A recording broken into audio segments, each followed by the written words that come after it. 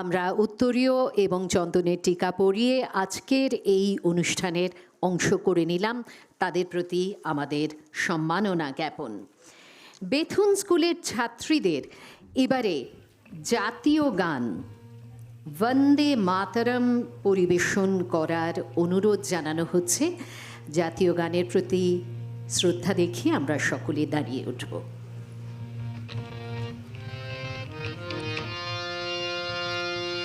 वन्दे मातरम् वन्दे मातरम् सुजलां सुफलां मलयज शीतलम् शस्यश्यामलां मातरं वन्दे मातरम् शुभ्रज्योत्स्ना पुलकितयामिनीं फुल्लकुसुमिता द्रुमदलशोभिनीं सुहासिनीं सुमधुरभाषिणीं सुखदां वरदां मातरं वन्दे मातरम् कोटि कोटि कण्ठ कल कल निनाद करले कोटि कोटि भुजै त्रित कर करवाले অবলা কেন মা এত বলে বহু বল ধারিণী নমামি তারিণী রিপুদল বারিণী মাতরম বন্দে মাতরম তুমি বেদা তুমি ধর্ম তুমি হৃদি তুমি মর্ম তংহি প্রাণ শরীরে বাহুতে তুমি মা শক্তি হৃদয়ে তুমি মা ভক্তি তোমারি প্রতিমা গড়ি মন্দিরে মন্দিরে বন্দে মাতরম त्वं हि दुर्गा दशप्रहरणधारिणी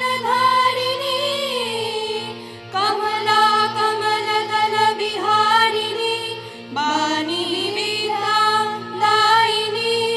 नमामि त्वां नमामि कमलां अमलां अतुलां सुजलां सुफलां मातरं वन्दे मातरम् श्यामलां सरलां सुष्मितां भूषितां धरणीं भरणीं मातरं वन्दे मातरं वन्दे मातरं वन्दे मातरम्।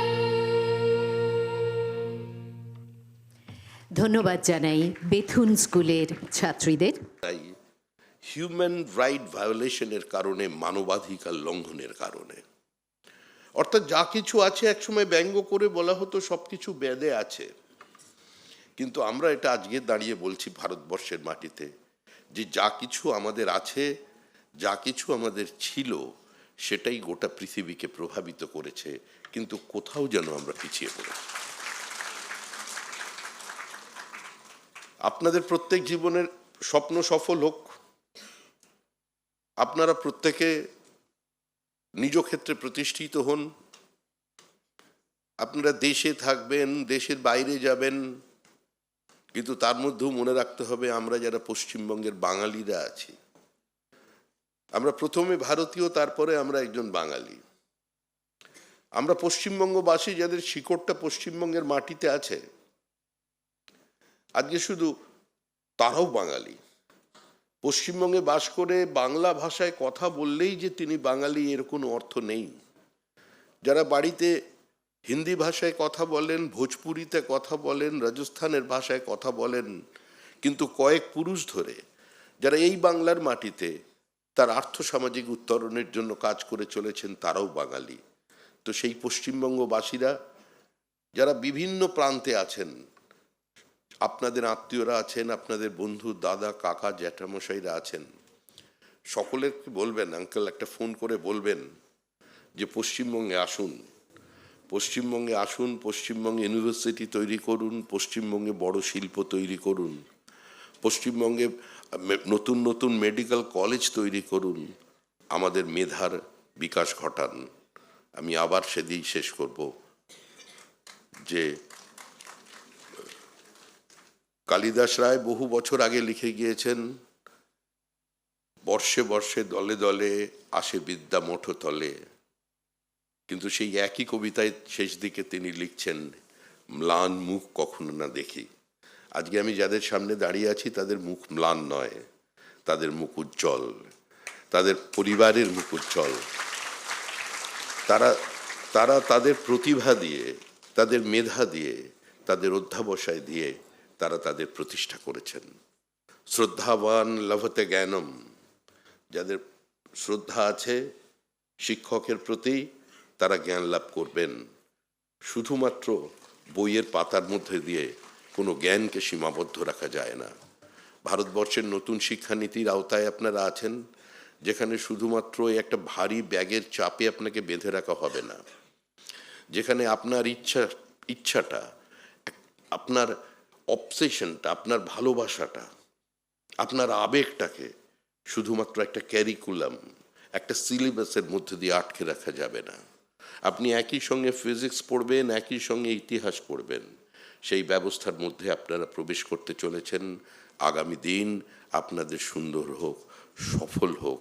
আপনারা জীবনে সবাই দেশের মুখ উজ্জ্বল করুন, পরিবারের মুখ উজ্জ্বল করুন এবং নিজেদের নৈতিকতা নিয়ে এই দেশের মাটিতে জন্মগ্রহণ করেছেন, এই গৌরব নিয়ে দেশে এবং বিদেশে প্রতিষ্ঠিত হন। ভারতবর্ষকে পৃথিবীর সর্বশ্রেষ্ঠ আসনে প্রতিষ্ঠা করুন, এই আবেদন করছি। প্রত্যেকে ভালো থাকবেন, আনন্দে থাকবেন। আর আপনাদের যারা পিতামাতারা এখানে এসেছেন, বাবা মায়েরা যারা এসেছেন, যাদের অদম্য ইচ্ছা, উৎসাহ, সহযোগিতা, ভালোবাসা, আশীর্বাদ ছাড়া আজকে আপনারা এই চেয়ারে বসতে পারতেন না, তাদেরও আমি আমার প্রণাম জানাই। ধন্যবাদ। মাননীয় সাংসদ শ্রী সৌমিক ভট্টাচার্য মহাশয়কে ধন্যবাদ জানাই তার অসাধারণ বক্তব্যের জন্যে। স্বপ্নের কথা দিয়ে তিনি শুরু করেছিলেন, কিন্তু তার সামগ্রিক বক্তব্যের মধ্যে ছিল বোধের কথা। আলো অন্ধকারে যাই, মাথার ভিতরে স্বপ্ন নয়, কোনো এক বোধ কাজ করে। আবারও ধন্যবাদ আপনাকে। মাননীয় মুখ্যমন্ত্রী শ্রী শুভেন্দু অধিকারী আজ আমাদের মধ্যে উপস্থিত। আজকের এই অনুষ্ঠানে তার বক্তব্য শোনার জন্য আমরা সকলেই খুব আগ্রহী। প্রথমেই তাকে অনুরোধ জানাবো এবং তারপরে আমরা চলে যাব আমাদের পুরস্কার প্রদান অনুষ্ঠানে। সকলকে নমস্কার। সকলকে নমস্কার এবং আমাদের যারা পশ্চিমবঙ্গকে গর্বিত করেছেন, আমার প্রিয় ছাত্রছাত্রীগণকে শুভেচ্ছা এবং শুভাশিস জ্ঞাপন করি। দেখুন, আমাদের এই নবনির্বাচিত, নবগঠিত, নবদায়িত্বপ্রাপ্ত সরকারের আজকে কার্যত একটি প্রথম কর্মসূচি, প্রকাশ্য কর্মসূচি, যে কর্মসূচিটাতে আমরা আমাদের এই মহান পশ্চিমবঙ্গের এই 2026 শিক্ষাবর্ষে সদ্য প্রকাশিত বিভিন্ন বোর্ডের যে আমাদের ফলাফল, তাতে যারা রাজ্যের এবং শিক্ষাঙ্গনের মুখ উজ্জ্বল করেছেন, তাদেরকে শুভেচ্ছা দেওয়ার মধ্য দিয়ে আমরা এই কর্মসূচি সূচনা করতে পেরে অত্যন্ত প্রীত, আনন্দিত এবং গর্বিত। আমি ধন্যবাদ জানাবো আয়োজক দপ্তর, আমাদের স্কুল এডুকেশন ডিপার্টমেন্টের যারা এর সমগ্র ব্যবস্থাপনা করেছেন, তাদেরকে প্রথমে ধন্যবাদ জানাবো। আমাদের মঞ্চে উপবিষ্ট আছেন, আপনারা তার বক্তব্য শুনেছেন। অতি সংক্ষেপে তিনি খুব একটি উচ্চমানের বক্তব্য তিনি রেখেছেন তিনি এই রাজ্যের একজন অত্যন্ত দায়িত্বশীল একজন ব্যক্তিত্ব, বাঙালি সংস্কৃতির যিনি এগিয়ে নিয়ে যাওয়ার একজন পুরোধা, রাজ্যসভার মাননীয় সাংসদ আমার অগ্রজ শ্রমিক ভট্টাচার্য মহোদয়, যিনি তার বক্তৃতার মধ্য দিয়ে আমাদের আগামী প্রজন্মের যারা নেতৃত্ব দেবেন সমাজের, তাদেরকে উৎসাহিত করেছেন এবং ভারতের অতীত, বাংলার ঐতিহ্যের অনেকগুলি কথা ধরে ধরেছেন। তাকে বিশেষভাবে আমি কৃতজ্ঞতা জানাই। আমাদের অনেক অধ্যাপক শিক্ষক বিধায়কবৃন্দ এসেছেন, আমার কলিগ, তাদেরকে আমি ধন্যবাদ জানাচ্ছি। আমাদের উপস্থিত আছেন আমাদের সিনিয়র আইএএস, মুখ্যমন্ত্রীর অন্যতম পরামর্শদাতা সুব্রত গুপ্ত মহোদয়। এর বাইরেও মাননীয় Binod Kumar, additional chief secretary school education এবং হায়ার এডুকেশন ডিপার্টমেন্ট, মাননীয় Anup Agarwal, ACS technical education, মাননীয় পিবি সেলিম, প্রিন্সিপাল সেক্রেটারি আমাদের মাদ্রাসা এডুকেশন ডিপার্টমেন্ট, এবং অন্যান্য অনেক আধিকারিকরা রয়েছেন, তাদেরকেও ধন্যবাদ। আমি কতগুলো কাজের কথা আপনাদের কাছে বলি। প্রথমেই তো আপনারা সবাই অংশগ্রহণ করেছেন, অভিভাবকরা অনেকে এসেছেন, আমার আচার্যগণ এসেছেন বিভিন্ন বিদ্যালয় থেকে, সংবাদ মাধ্যমের প্রতিনিধিরাও এসেছেন, সকলকে স্বাগত। আমি আপনাদের কাছে যেটা বলতে চাই, আপনারা জানেন যে শিক্ষা আমাদের মৌলিক অধিকার ভারতবর্ষের সংবিধান দিয়ে গিয়েছিলেন, কিন্তু ক্রমান্বয়ে যে সরকারি শিক্ষা ব্যবস্থার উপরে রাজ্যে 90% জনগণ নির্ভর করে, সেই শিক্ষা ব্যবস্থা কার্যত অসম প্রতিযোগিতায় বেসরকারি শিক্ষা ব্যবস্থার থেকে অনেকটা পিছিয়ে যাচ্ছে। আমি বেসরকারি শিক্ষা ব্যবস্থাকে উৎসাহিত যেমন করব, সাথে সাথে সরকারি শিক্ষা ব্যবস্থার যে ঐতিহ্য, যে গুণগত মান, যে পরিকাঠামোগত উন্নয়ন প্রয়োজন বা অন্যান্য রাজ্যে সেটা চলছে, সে বিষয়ে আমাদের কিন্তু সবচেয়ে বেশি দৃষ্টিভঙ্গি থাকবে। আমরা প্রথমে এসেই জাতীয় শিক্ষানীতি আমাদের ভারত সরকারের মাননীয় প্রধানমন্ত্রী নরেন্দ্র মোদীজির নেতৃত্বে আমরা তাতে এই রাজ্য যুক্ত হওয়ার সিদ্ধান্ত নিয়েছি। আমরা স্মার্ট বিদ্যালয়, স্মার্ট ক্লাসরুম, আধুনিক শিক্ষা, আধুনিক ল্যাবরেটরি, লাইব্রেরি এবং কো ক্যারিকুলাম অ্যাক্টিভিটিজের জন্য খেলার মাঠ থেকে যোগা প্রশিক্ষণ থেকে শুরু করে আমাদের পিএমশ্রীতে যে বিষয়গুলো রয়েছে, যার জন্য ভারত সরকার প্রচুর অর্থ দিতে চান, আমাদের প্রশিক্ষিত করতে চান, তাতেও আমরা যুক্ত হয়েছি। আপনারা ইতিমধ্যে সেটা পেয়েছেন। তার কার্যকরী ফলাফলও কিছুদিনের মধ্যে আপনারা দেখতে পাবেন।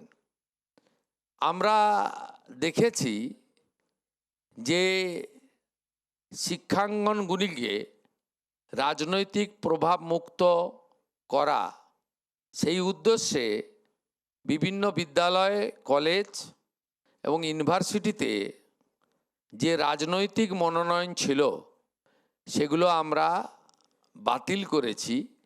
কারণ শিক্ষাঙ্গনের রাজনীতি মুক্ত করা, বিশ্ববিদ্যালয়গুলিকে অটোনমি দেওয়া, এগুলো অগ্রাধিকারের ভিত্তিতে আমাদের করা উচিত।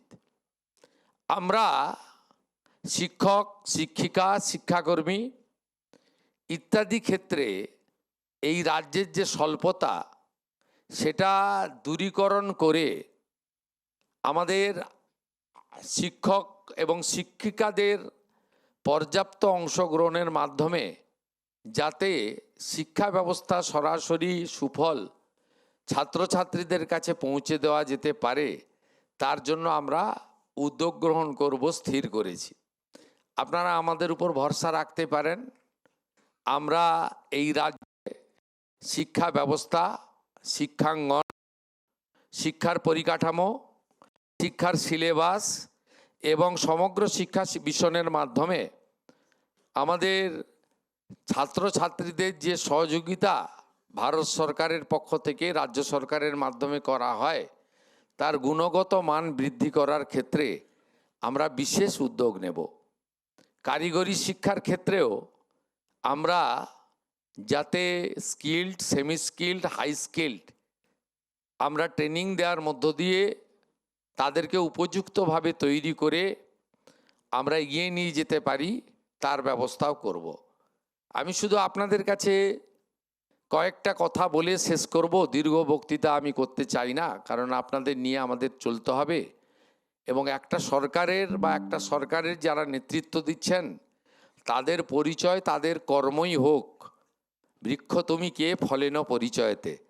আমরা চাই কথা কম বলে কাজ বেশি করে মাননীয় প্রধানমন্ত্রী নরেন্দ্র মোদীজির নেতৃত্বে, তিনি তার মার্গদর্শনে ভারত সরকারের শিক্ষা দপ্তরের প্রত্যক্ষ সহযোগিতায় এই পশ্চিমবাংলাকে আমরা সঠিক জায়গায় নিয়ে যেতে চাই, যেটা শ্রমিক ভট্টাচার্য মহোদয় উল্লেখ করেছেন।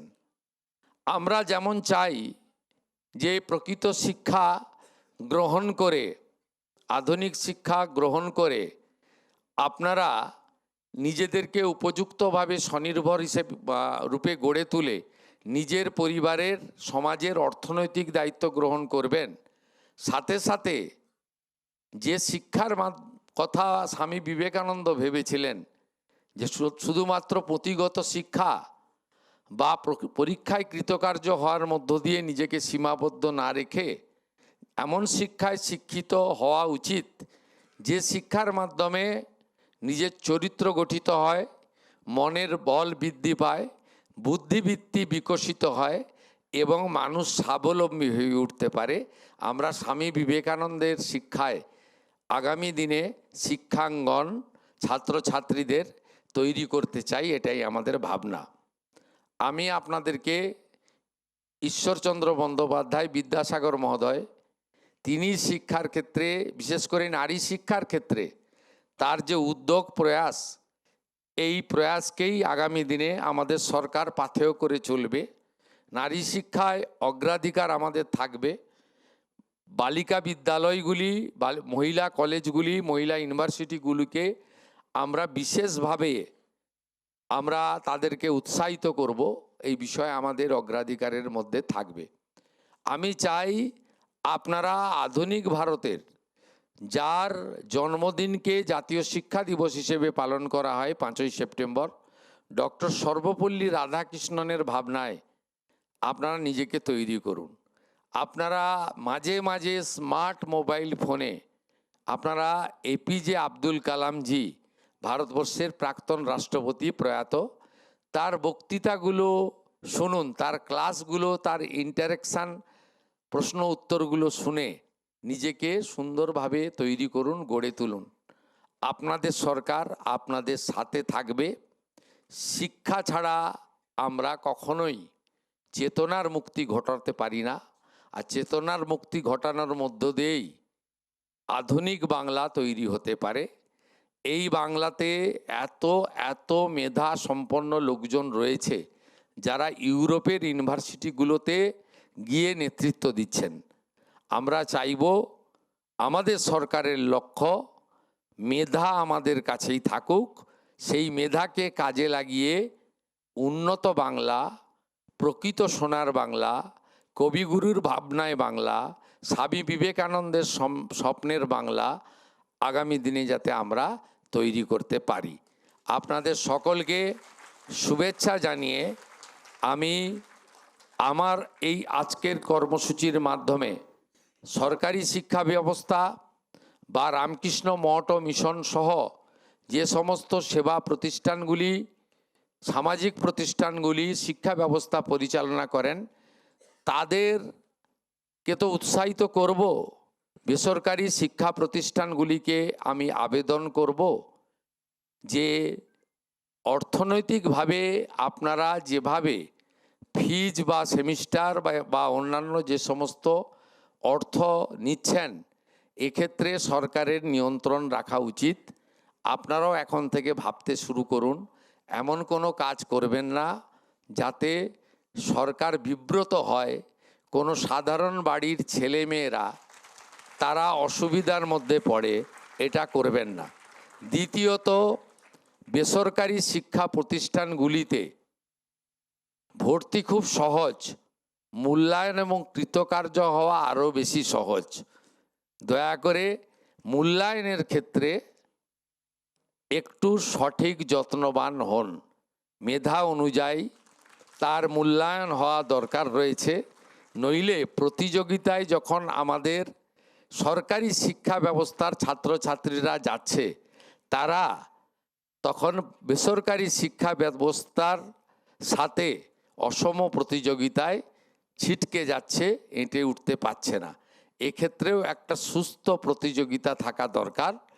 আমরা আমাদের সাথে এবারে অনেক শিক্ষক, অনেক অধ্যাপকরা বিধায়ক নির্বাচিত হয়ে এসেছেন। আমাদের দপ্তরগুলিতে অত্যন্ত দক্ষ সিনিয়র এক্সপিরিয়েন্স আধিকারিকরা রয়েছে। আমরা একসঙ্গে সবাইকে নিয়ে ভয়কে করব আউট, ভরসাকে করব ইন, আমরা ভালো করব। আর আমার প্রিয় ছাত্রছাত্রীরা, স্বামী বিবেকানন্দের মহান মন্ত্রে আপনারা চড়ুইবতী চড়ুইবতী বলে এগিয়ে যাবেন। বাংলা বাঙালির প্রতি নিজের পরিবারের মতো দায়িত্ব পালন করবেন। আপনাদের সরকার আপনাদের সাথে আছে। আজকেই ক্যাবিনেট সিদ্ধান্ত নিয়েছে সমস্ত ধর্মীয় ভাতা বন্ধ করে বিবেকানন্দ মেরিট স্কলারশিপ যোজনা চালু করবে।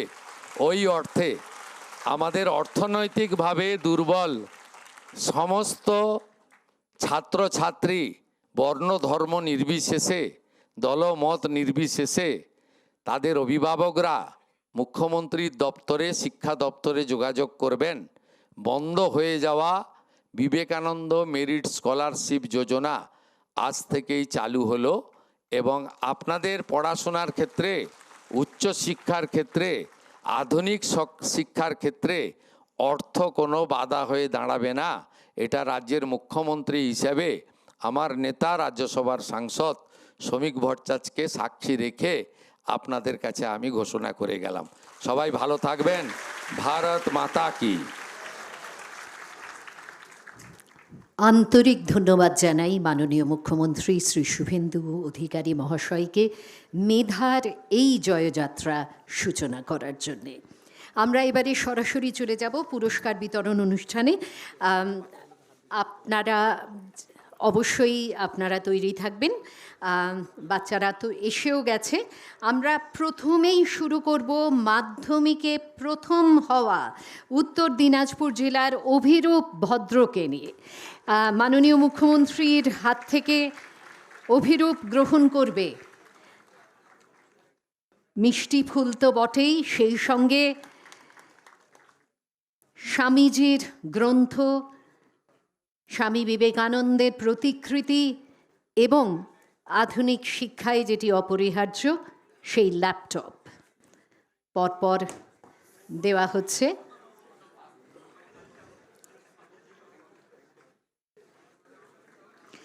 এরপরে ডেকে নেব হায়ার সেকেন্ডারি উচ্চ মাধ্যমিকে প্রথম হওয়া আদৃত পালকে। নরেন্দ্রপুর রামকৃষ্ণ মিশনের মাননীয় সাংসদ শ্রী শ্রমিক ভট্টাচার্য মহাশয়কে অনুরোধ জানাচ্ছি আদৃতর হাতে এই পুষ্পস্তবক।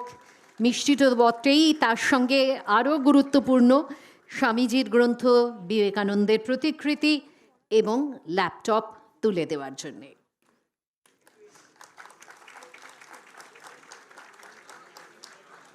এরপরে আমরা একযোগে ডেকে নেব সায়ন মণ্ডল, ভোকেশনালের ক্ষেত্রে যিনি প্রথম স্থান অধিকার করেছেন, এবং ফাজিল আলিমে প্রথম স্থান অধিকারী ইরফান হোসেন, মীর সাদিয়া জাহাঁ। এছাড়া হাই মাদ্রাসায় যিনি প্রথম স্থান পেয়েছেন সাহান আক্তার, হাই মাদ্রাসায় অপর প্রথম স্থান অধিকারী মোহাম্মদ মুস্তাক নাজিম, এবং মাধ্যমিকে দ্বিতীয় স্থান অধিকারী প্রিয়তোষ মুখার্জি। একসঙ্গে